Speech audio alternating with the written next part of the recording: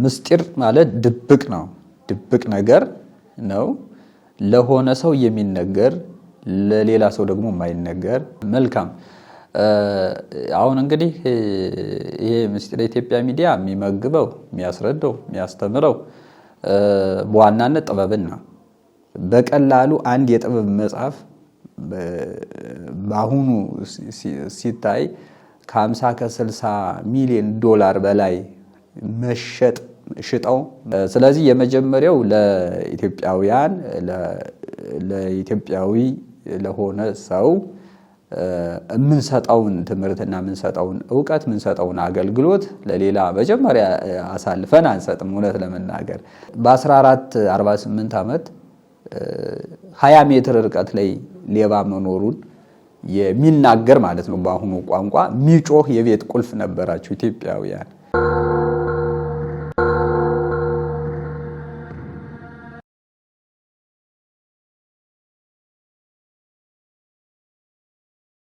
እንግዲህ ምስጢረ ኢትዮጵያ ሚዲያ ያው እንደገለጽከው በዓለም በኢትዮጵያ በዓለም እየተንሸራሸረ ያለ ሚዲያ ነው። እንግዲህ ብዙዎችንም የሆነ ቦታ ውስጥ እየከተታቸው ያለ ነው። ያ ማለት ምንድነው? ምስጢር የሚለው ነገር ኢትዮጵያ ምስጢር ሲባል አንዳንዴ የሆነ ድብቅ ነገር ሆኖ ግን የሆነ ሰው ሲያየው ደግሞ የሚያስደምም ነገር ስለሆነ ይህች ምስጢር የምትለዋ ነገር ብዙዎችን ጥያቄ ውስጥ ተከታቸዋለች። ምስጢረ ኢትዮጵያ ሚዲያ እንግዲህ ያው ላላወቀው ሰው በባህር ዳር ከተማ አባይ ማዶ አየር ጤና የሚገኘው የሰሎሞን መንደር የባህል ሕክምናና የምርምር ማዕከል የሚሰራቸው ስራዎች ለወደፊቱ ደግሞ ከሀገር አልፎም ዓለም አቀፍ ስራዎችን ለሚያደርጋቸው እንቅስቃሴ አስፈላጊ ሆኖ በመገኘቱ ያው የሰሎሞን መንደር የባህል ሕክምናና የምርምር ማዕከል ሚዲያ ነው ማለት ነው። ምስጢረ ኢትዮጵያ ሚዲያ እንግዲህ ይሄ ስያሜ እንዳልኩ በጣም ረቂቅ ነው። ምስጢር ማለት ድብቅ ነው። ድብቅ ነገር ነው። ለሆነ ሰው የሚነገር ለሌላ ሰው ደግሞ የማይነገር።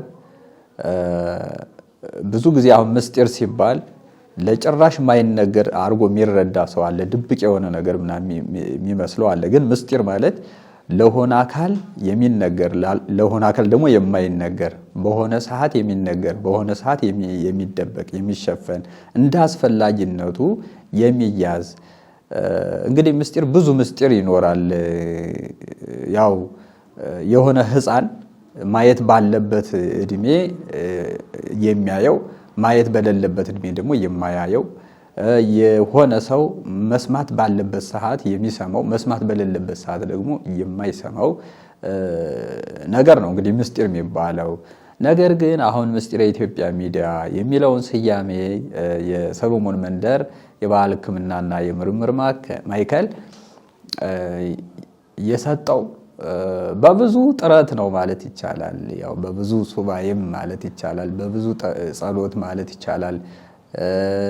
ለብዙ አባቶች፣ ለብዙ ወንድሞች፣ ለብዙ ዶክተሮች፣ ለብዙ ፕሮፌሰሮች ሐሳቡን እየሰጧቸው እያንሸራሸሩት በውስጣቸው አብላልተውት አዎ የሰሎሞን መንደርንና የሰሎሞን መንደር የባህል ሕክምናንና ጥበቡን ኢትዮጵያን አንድ የሚያደርግ የሚገልጽ ሚዲያና ቃል ስለሆነ ጥሩ ነው የሚል ሐሳብ ተሰጥቶት እኔም ደግሞ ያው የልቤን መሻት ያገኘሁበት ሚዲያ ነው ማለት ነው።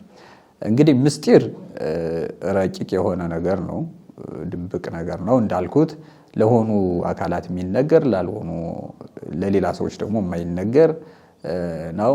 ኢትዮጵያ ደግሞ ምስጢር ናት።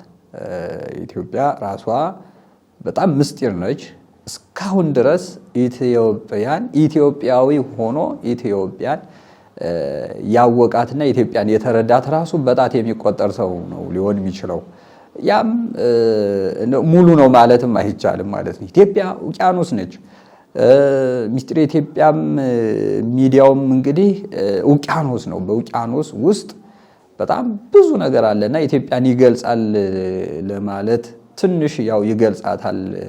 የሷን ምስጢር እሱ ኢትዮጵያ ውስጥ ያለውን ነገር ኢትዮጵያ ማን እንደሆነች ምን እንዳላት ምን እያረገች እንደነበረ አሁን ምን እያረገች እንደሆነ ለቀጣይ ደግሞ ምን እንደምታደርግ ኢትዮጵያ የምትባል ሀገር ኢትዮጵያ የሚለውን ህይወታዊ እንቅስቃሴ ሊያስቀጥሉት የቻሉ ምስጢር እንዲያው በቃ እምቅ የሆነ ጥበብ ያላት ሀገር እንድትሆን ያደረጓት አካላት እነማን ናቸው ከተፈጥሮ ጀምሮ የሚለውን ይህን ሁሉ ትንታኔ የምንሰጥበት ሚዲያ ስለሆነ ያው ከሌሎቹ ስሞች ያው ምስጢር ኢትዮጵያ ሚዲያ የሚለው ነገር የተቀረበና ጥሩ በመሆኑ ይህን ሚዲያ የዚህን ሚዲያ ስም ምስጢር ኢትዮጵያ ሚዲያ ልንለው ችለናል ማለት ነው።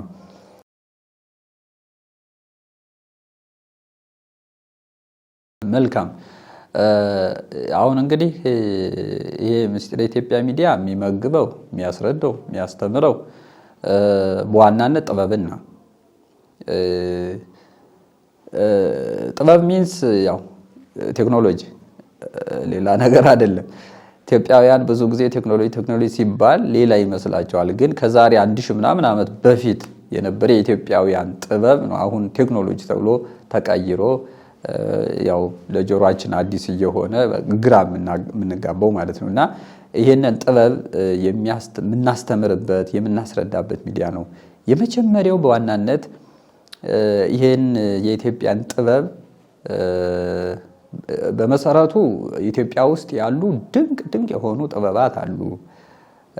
ልጆቿን አባቶች በባዶ እግራቸው እየሄዱ ሾህ እየወጋቸው አራዊት ጋር እያደሩ ከላይ ፀሐዩ ከታች ደግሞ ሙቀቱ ከጎን ነፋሱ ብርዱ በጋ ሙቀቱ ፀሐዩ መከራ እያሳያቸው ክረምት ደግሞ ጎርፉ ዝናቡ ጭቃው ብርዱ ኡሩ ሁሉ ሁሉ እያሰቃያቸው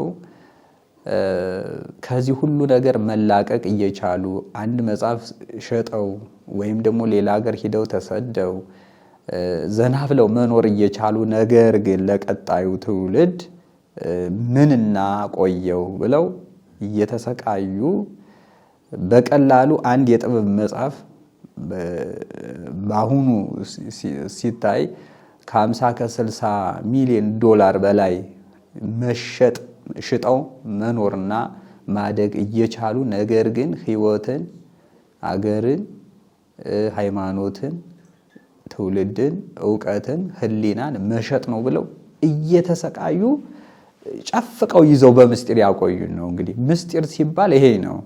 አሁን እኔም ላደርግ የምፈልገው በዚህ ሚዲያም ላስተላልፍ የምፈልገው ነገር ቢኖር ይሄ ነው። ለማንም ሰው ማይተላለፉ ነገሮች ይኖራሉ። በዛው እግር መንገዱን ይሄን ምስጢር ኢትዮጵያ ሚዲያ የምትከታተሉ ወገኖቻችንም እንደዚሁ ሙሉ በሙሉ የምትጠይቋቸውን ጥያቄዎች 100% የሚመለስላችሁ ይኖራል፣ ማይመለስላችሁ ይኖራል። በአካል መጣችሁ እናወራቸው ይኖራል። በሚዲያ ደግሞ የምትጠይቋቸው ጥያቄዎች በአካል የሚመለሱ እና በሚዲያ የሚመለሱ ሊሆኑ ይችላሉ። ምክንያቱም እኛ የኢትዮጵያን ጥበብ ዝም ብለን በሚዲያ ብንለቅ ከባድ ነው። ያው እኛ ሳንጠቀምበት ሌላ አካል ቶሎ ፈጣን የሆነ አካል ወዲያው ወደ ቴክኖሎጂ ቼንጅ አድርጎ እኛን ከጨዋታ ውጭ ሊያደርገን ስለሚችል ያው ጥያቄ የምትጠይቁ ወንድሞችም አባቶችም እህቶችም እናቶችም ሁሉ በሚዲያ ምን መልሳቸው ይኖረናል፣ በአካል ምን መልሳቸው ይኖረናል። ሚዲያውም ራሱ ምስጢር ኢትዮጵያም የተባለም ለዚህ ነው። ምስጢራዊ ህይወቱን እንደተጠበቀ ማስቀጠል ስለምንችል ነው። ስለዚህ የመጀመሪያው ለኢትዮጵያውያን ለኢትዮጵያዊ ለሆነ ሰው የምንሰጠውን ትምህርትና የምንሰጠውን ዕውቀት የምንሰጠውን አገልግሎት ለሌላ መጀመሪያ አሳልፈን አንሰጥም እውነት ለመናገር። ምክንያቱም ምን ያሁን ያሳደገኝ አባቴ ያለ ያሳደገኝን አባቴን ሳላግዝ ሌላ ቦታ ሄጄ አላግዝም መቼስ እንደሚታወቀው። ለዚህ ኢትዮጵያ ውስጥ አፈሩም እጽዋቱም ቅጠሉም ውሃውም ተራራውም ድንጋዩም እንስሳቱም አራዊቱም ሁሉ ጥበብና ዕውቀት ሆኖ ለዚህ አድርሶናል። ስለዚህ ለዚህ ነገር ደግሞ እኛም ዋጋ መክፈል ብድር መክፈል ስለሚኖርብን ማለት ነው። ይህ ሚዲያ ዋና ዓላማው የኢትዮጵያ ሕዝብ በተለያዩ ተጽዕኖዎች እንደ ጎጂ ነገር እያየው እየረገጠው ያለፈው ለድህነት የዳረገውን ነገር አውጥተን ወደ ቁም ነገር አብቅተን መጥፎ ስም የተሰጠውን ጥሩ ሆኖ መጥፎ ስም የተሰጠውን ወደ ጥሩነቱን በስራ ገልጸን አሳይተን ይሄ እኮ ጥሩ ነው የውልህ ብለን ህብረተሰቡ የጥበቡ ተጠቃሚ እንዲሆን መንገድ ጠራጅ ነው። ይህ ሚዲያ መንገድ ጠራጅ ነው፣ መንገድ የሚጠርግ ነው። ለምሳሌ አረሞ ውስጥ የተዳፈነን ወርቅ ለማግኘት መቼም አረሞ ነው መጀመሪያ የሚታየውና ወርቆ ውስጥ ስለሆነ የሚያየው የለም። ግን የወርቆ እዛ ውስጥ መኖሩን የሚያውቅ ሰው ግን አረሞውን ጠራርጎ ይዞ ሲሄድ ያው ወርቅ እንዳለ ያሳየዋልና ያችን ካየ በኋላ አረም ባየ ቁጥር ከአረም ውስጥ ወርቅ እንዳለ አይምሮው ያስባልና ያው ፍለጋ ይጓዛል፣ አረሞውን ማጽዳት ይጓዛል ማለት። ስለዚህ ይህ ሚዲያ አረሞውን እያጸዳ ያው ተከተሉኝ የሚል ተከታዩም ደግሞ እዛ በኋላ አረሞ የምንላቸውን ጎጂ አባባሎች ጎጂ ድርጊቶችን ሁሉም የኔ ብሎ እያስወገደ ጥሩ ነገሮችን ወደፊት አስቀድሞ ያው ህብረተሰባችን የመጀመሪያው ነገር ጤናውን መጠበቅ ነው። ከመታመሙ በፊት እንዲታመም የሚያደርጉ ኬዞችን እነሱን የማስወገድ ስራ ነው የሚሰራው። ቀጣይ ደግሞ ኢትዮጵያውያን ቀደምት ይሰሯቸው የነበሩ ጥበቦችን ወደፊት አምጥቶ ምናልባት ወደ ዘመናዊ ተቀይረው ጥሩ ውጤት የሚሰጡ ከሆነ ልንቀይራቸው እንችላለን። ካለዛ ግን እንዳሉ ዓለምን የሚያስደምሙ ስራዎች ይፋ ወጥተው ኢትዮጵያን ከፍ እንዲያደርጉ የሚያደርግ ሚዲያ ነው። ለምሳሌ የዛሬ 1575 ዓመት ሰርጀሪ ታረግ ነበር ኢትዮጵያ እንላለን። የሕክምና ማዕከል ነበራት። ይሄ በጣም ድንቅ ነገር ነው እና ዛሬ እንዴት ቆመ? ምን ሆኖ ነው? ያኔ የነበሩ አባቶች አሁንስ የሉም ወይ? ያኔ የነበረው ዕውቀት አሁንስ የለም ወይ? ያኔ የነበረው ቁስ ዛሬስ የለም ወይ? ለምን አለ? ግን ምንድን ነው ያጠፋው? እነዚህን ወደፊት እናመጣቸዋለን። እነ ቅዱስ ላሊበላ ያሉ ያኔ አሁን ዘመናዊ ኔትወርክ ምን ለነው ነገር ያኔ መገናኛ ኔትወርክ የነበራቸው አባቶች ነበሩ። እሱን በሌላ እንትን ገልጸዋለሁኝ። ሌላ የራሱ ፕሮግራምም ስላለው እዛ ላይ ተነትነዋለሁ። ያ ነበር እንግዲህ የዛሬ 900 ምናምን ዓመት ያ ከነበረ ዛሬ እንደገና ደግሞ እንግዲህ በጣም ዓለም ሰለጠነች ብንልበት ደረጃ ደርሰን ለምን እኛ እዚህ ቀረነ? ያኔ ምንም ኮሽ የሚል ጥበብ ያልነበራቸው ሀገራት ዛሬ ዓለምን እየተቆጣጠሩ አሉ። ኢትዮጵያ ደግሞ ከዓለም በፊት የጥበቡ የቴክኖሎጂው መስራችም ቀዳሚም ሀገር ናት። እውነቴን ነው መናገር። ኢትዮጵያዊ ስለሆኑ ሌላውን ለማንቋሸሽ ምናምንም አይደለም። በጣም ትክክል ስለሆነ የታሪክ ምሁራንም ተመራማሪዎችም ይህን መመስከር ስለሚችሉ ማለት ነው። ሁሉ ማጥናት ይቻላል። የአቅሜን አጥንቻለሁ። አውሮፓውያንም ሆነ ሌላውም እንደዚሁ ማለት ነው። ግን ኢትዮጵያ ውስጥ በጣም ድንቅ የሆኑ ጥበባት አሉ። እነዚህ ጥበባት ዛሬ ቴክኖሎጂ የምንላቸው ነገሮች እንዴት ጠፉ? እንዲያው የሚገርመው እኮ ቢያንስ እንዲያው እንደ ምስጢር አድርገው አባቶቻችን ምስጢር አድርገው እኔም ደግሞ በዚህ ሚዲያ ምስጢር ኢትዮጵያ ሚዲያ ሊያሰኘው የሚችልም እነዚህ ነገሮች ለኢትዮጵያውያን በደንብ የምናስረዳበት ሚዲያ ስለሆነ ወደ ጥሩነት፣ ወደ እድገት፣ ወደ ቴክኖሎጂ፣ ወደ ጥበቡ ዓለም፣ ወደ ጥበቡ ማማ እንዲመጡ ለማድረግ ነውና እንዲያው በጣም የሚደንቀው ነገር አሁን በ1448 ዓመት 20 ሜትር ርቀት ላይ ሌባ መኖሩን የሚናገር ማለት ነው። በአሁኑ ቋንቋ የሚጮህ የቤት ቁልፍ ነበራቸው ኢትዮጵያውያን። ስለዚህ አሁን 20 ሜትር በዛ ሰፈር ሌላ ቦታ ላይ ለመስረቅ እንኳን አስቦ የሚሄድ ሰው ካለ ይጮሃል የቤት ቁልፍ። ያ ማለት ሌባ አለ እያለ ነውና እንደ ኢቲኤም ሰውን ሰብስበው ወደ ቁልፉ ያስጠጉታል። ቁልፉ የጮህበት ለመስረቅ እንዳሰበ ይረጋገጣል። አንተ ልሰርቅ አስበሃል ማለት ነው፣ ጥሩ አይደለም ተብሎ ተመክሮ ተቀጦ ምናምን ይሄዳል። ያ አሁን ተደብቆ ያለ ነገር ነው ማለት ነው። እንዴት ተደበቀ? ሪዝኑ ምንድነው? ኮዙ ምንድነው? የዚህ ጥበብ ባለቤቶች እስከሆነ አመት ሰርተው ከሆነ አመት በኋላ አቆሙት ወይ? በምን ምክንያት ጠፋ? እንዴት ጠፋ? ይሄ እንግዲህ ያው ንቃተ ህሊና የሚሰጥ ነው ሚዲያው ማለት ነው። ንቃተ ህሊና የሚሰጥ ነው። ቀደምም እንደተናገርኩት አሁን እነዚህ ነገሮች ኢትዮጵያን ከማሳደጋቸው በፊት እንዲያው መቼስ ዝም ብለን ዘርግፈን እንደ ህፃን ያው ለማውቃቸው ለምታውቋቸው ሀገራት መቼስ አይነገርም። ምስጢር ያሰኘውም ለዚህ ነው ማለት ነው። ምክንያቱም በምስጢር ምንዛቸው አሉ። ነገር ግን በምስጢር ምንዛቸው ማለት ለኢትዮጵያውያን የማይነገሩ ማለት አይደለም። እነዚህ ሀብቶች እነዚህ ጥበቦች የኢትዮጵያውያን ናቸው። እኛ ዛሬ ስላወቅናቸው አጥንተን ስላገኘን አባቶች ስለነገሩን ምናምን እኔም የግል ብቻ ምናምን አይደለም፣ የኢትዮጵያውያን ነው። እኔ ጭንቅላት ውስጥ ያለው ጥበብ በሙሉ ኢትዮጵያ ውስጥ ያለ ዜጋ የሱ ነው። ያ ነውና ዛሬ ይሄንን ጥበብ ወደፊት ብናመጣው ለምሳሌ ሌባ አይኖርም። አንድ ግቢ ውስጥ ሌባ አይኖርም። ሰው ሁሉ ያው ቁልፉ አድርጎ በቃ ሌባ ሲመጣ ያው ቁልፉ ይጮሃል፣ ይነገረዋል ማለት ነው። በዛው አያይዞ ምናልባት የሥራ ዕድል ያላቸውን ለምሳሌ ጥበቃዎችን እንዳልጋፋ እንዳያኮርፉብኝ እንጂ አሁን ይሄን ብንለው ጥበቃ ሊያኮርፍ ይችላል።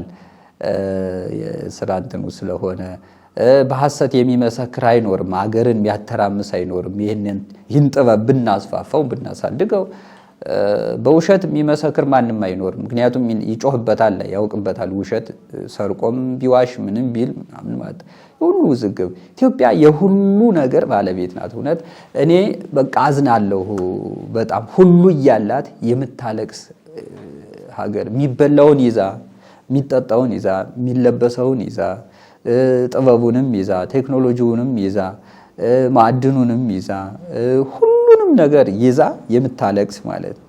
ምን ሆነሽ ነው ስትባል እርቦኝ። እሱ ያስሽው ምንድነው? የሚበላ እና ለምን አትበይም? ምን ሆነሽ ነው? በርዶኝ። እሱ ያስሽው ምንድነው? ልብስ እና አትለብሽም? ምን ሆነሽ ነው? ጠምቶኝ። እሱ ያስሽው ምንድነው? የሚጠጣ ለምን አትጠጭም? በቃ ይሄ እንቆቅልሽ ነገር ነው። አጠቃላይ ሁሉ ነገር እያለ ለምን የሌለን ሆነ ቢለው ነገር እኔ ይቆጨኛል። ይሄና እንግዲህ ምስጢር የኢትዮጵያ ሚዲያ በዋናነት እነዚህ ነገሮች ያስተካክላል ብለን ነው። በጣም ዓለምን አልፈን ቀድመን መሄድ እየቻልን ወደኋላ የቀረንበትን ምክንያት በደንብ አስረድቶ ወደፊት እንድንሄድ የሚያደርግ ሚዲያ ነው ብዬ አምናለሁ። የሰሎሞን መንደር የባህል ሕክምናና የምርምር ማዕከል ይህንን ተቋም የሚወክል ሚዲያ ሊሆን የቻለው ይህ ተቋም ደግሞ ያው የሕክምና ማዕከል ነው፣ እንደገና የምርምር ማዕከል ነው።